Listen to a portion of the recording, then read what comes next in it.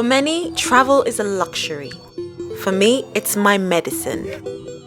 I'm lucky enough to call London, one of the most diverse cities in the world, my home. And it's here that my curiosity to experience different cultures firsthand began. I have the privilege of being a Londoner and no one questioning my identity.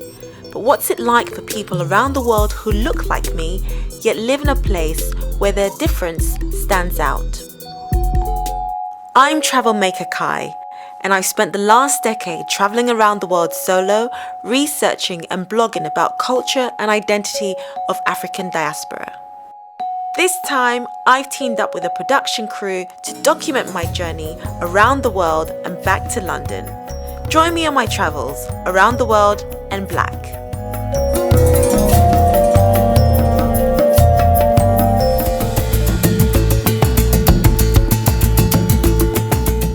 4 million tourists visit Jordan each year because it's an oasis of peace and stability in an otherwise volatile region. Besides the show-off places like Dubai and Abu Dhabi, for many, Jordan is the only place to experience genuine Middle Eastern culture without compromising on safety. Despite Jordan being liberal by Middle Eastern standards, it's still largely an Islamic society which adheres to its values. Walking around Amman, I couldn't help but notice the stares burning through my back, which got me wondering if it's because I'm a woman, black, or black and a woman. What's it like to live in Jordan as a black woman? I met Keely through couch surfing when she reached out offering to host me. Keely is an African American woman who's been living in Amman for 3 years. I wanted to tap into her experience of being black in Jordan. I'm really lucky being here and having an experience as an American and as a black woman because it's completely different from my sub-Saharan African friends. They just know black people, black women specifically, are here in Jordan to do house help. Just walking down the street, I felt I need to be a bit on my defense, especially with predominantly men staring. No eye contact, which won't invite unwanted attention. Have you had any of those sort of experiences? In Jordan, you can't be too openly friendly because that's not part of the culture.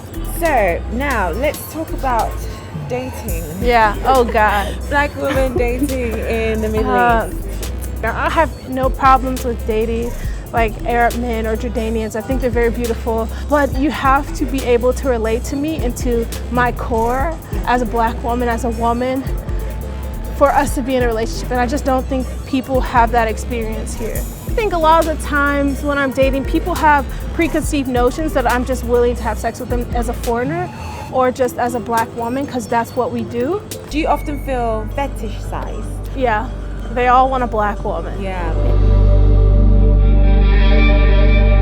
Jordan has so much to offer. Even for me, a city girl, the chance to get away from the hustle and bustle and spend a few days deep in the desert was an experience I couldn't miss. And whilst Amman is cool and has a great urban vibe, the desert is simply magical. A feast for both my eyes and my soul. How do I even begin to describe this place? One of the tour guides said, this is one of the most beautiful places in the world, and I don't doubt it is. I went offline and immersed myself in its spectacular landscapes. Travel is a medicine. Like prior to this trip, I was feeling quite stressed and full of anxiety. And then you come here and you're surrounded by all this natural beauty and you realize that your so-called problems or issues is this tiny. And then you get out of that space and you're somewhere like here and it's like you're in the moment and you take that in, and I'm just grateful to be here.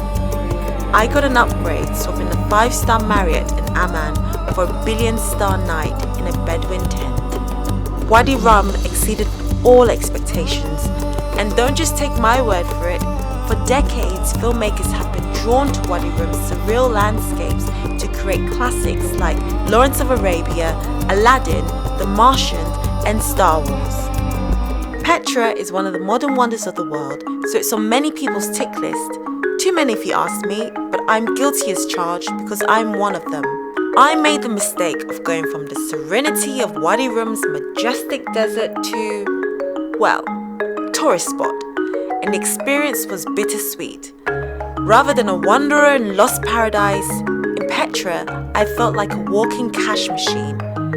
If you go to Petra, and I definitely recommend you do, bring an extra layer of thick skin, or you end up anxious and exhausted, just like I did from the constant barrage of tourists, cash-hungry huskers.